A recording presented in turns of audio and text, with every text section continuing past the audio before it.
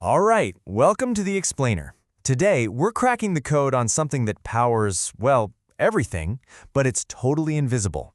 We're talking about the hidden rules of electricity. I mean, just think about it for a second. The phone you're holding, the lights above your head, even the server that's streaming this to you right now, all of them, every single one, has to follow a super strict, unchangeable set of physical laws. So what are these rules? What are the absolute, non-negotiable principles that make everything from a tiny spark to a massive supercomputer actually work? Well, to get to the real heart of it, we found a pretty unique source: the actual certification exam for professional electricians in Korea. I mean, these are the questions they have to master to do their job. So the idea is, if we can understand this exam, we can basically crack the code of electricity itself. Okay, you ready? Let's dive in. So first things first, before you could even get a current to flow, you've got to understand the basics, the particles themselves and the forces pulling and pushing them around. So let's kick it off with a really foundational question from the exam. This is question 15. It gets right to the point. How do electric charges actually interact? What decides how strongly they push each other away or pull each other closer? And the answer is a beautiful little thing called Coulomb's law. Now, it tells us two really crucial things. First, the obvious one. More charge equals more force. Makes sense. But here's the real kicker. It's all about the distance. See, the force doesn't just get a little weaker as charges move apart. It absolutely plummets. It's what's called an inverse square relationship. So if you double the distance, you don't cut the force in half. No, you quarter it. That super fast drop-off is one of the fundamental rules governing, well, everything at the atomic level. Okay, so we have these charged particles, but which ones are actually doing all the moving? Question 20 gives us a huge clue by asking, what's the heaviest part of an atom? And it's the protons and neutrons, right? They're the heavyweights, locked deep inside the nucleus. The electron, on the other hand, it's almost comically light. We're talking over 1,800 times lighter than a proton. And because it's so light and just zipping around on the outside, it's the electron that gets to do all the work, carrying the charge that becomes the electric current we rely on. All right, so we've got our super lightweight electrons and they're ready to go. But how do we get them to stop just sitting there and actually start flowing in a useful controlled stream? Let's move on and see how it all connects. And here's a fantastic, super practical question from the exam. This is question 6. It's a simple little thought experiment. Imagine you have a wire, right? And you just make it twice as long. What happens? Does it get easier for electricity to flow, or does it get harder? And the formula here just illustrates the whole idea of resistance perfectly. Resistance, R, it depends on the material itself, its length, L, and how thick it is, the area, A. Think about it like this. It's a lot harder to run down a really long, narrow hallway than a short, wide one, right? It's the exact same for electricity. The longer the wire, the more hallway the current has to fight through. So, you double the length, you double the resistance. It's as simple as that. But here's the thing. This resistance, this kind of electrical friction, it can be incredibly useful. Question 3 introduces us to Joule's law, which is basically the recipe for creating heat.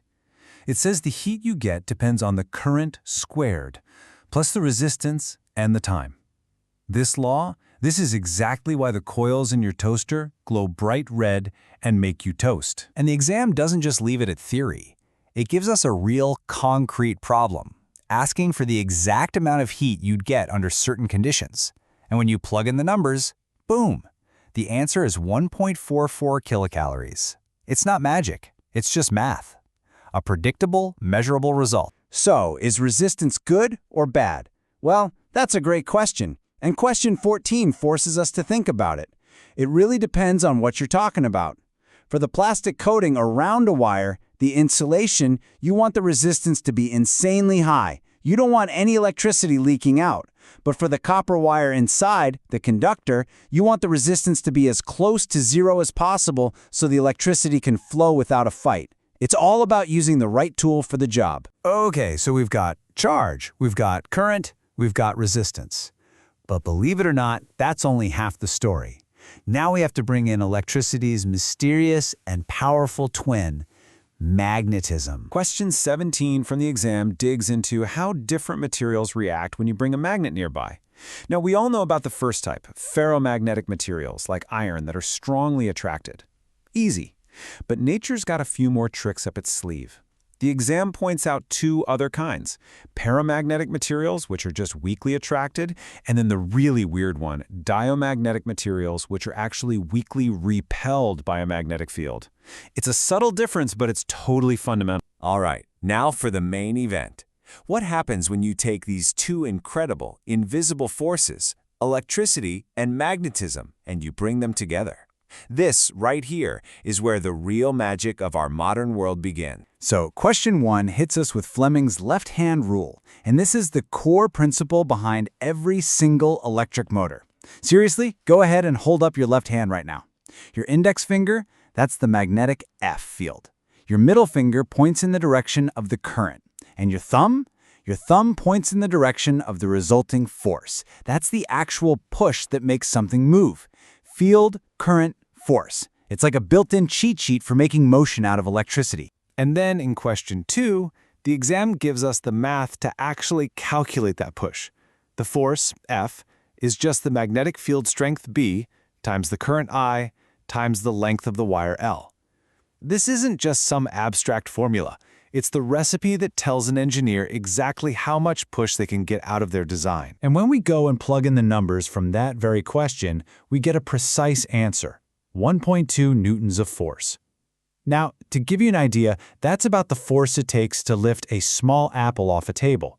And just like that, we've turned these invisible laws into a real measurable push, the same kind of push that spins a giant wind turbine or powers an electric car. But here's the amazing part. This relationship works both ways. Question 18 brings up Lenz's law, and what it says is, if you generate a current by changing a magnetic field, that new current creates its own magnetic field that, get this, pushes back against the change that made it. It's like a kind of electrical inertia.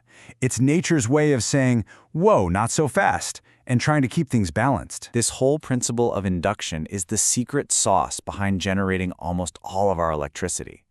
And question 11 shows just how powerful it is. Just by changing the magnetic field passing through a 150-turn coil of wire, you can induce a whopping 75 volts of electrical pressure. Think about that. You move a magnet near a wire, and you create voltage out of thin air. That is the core idea behind every single power plant on Earth. So, we've covered the fundamental laws. For our last section, let's take a quick look at how engineers package all these principles into the actual components and effects that make our technology tick. The last few questions on the exam give us this awesome whirlwind tour of the engineer's toolkit.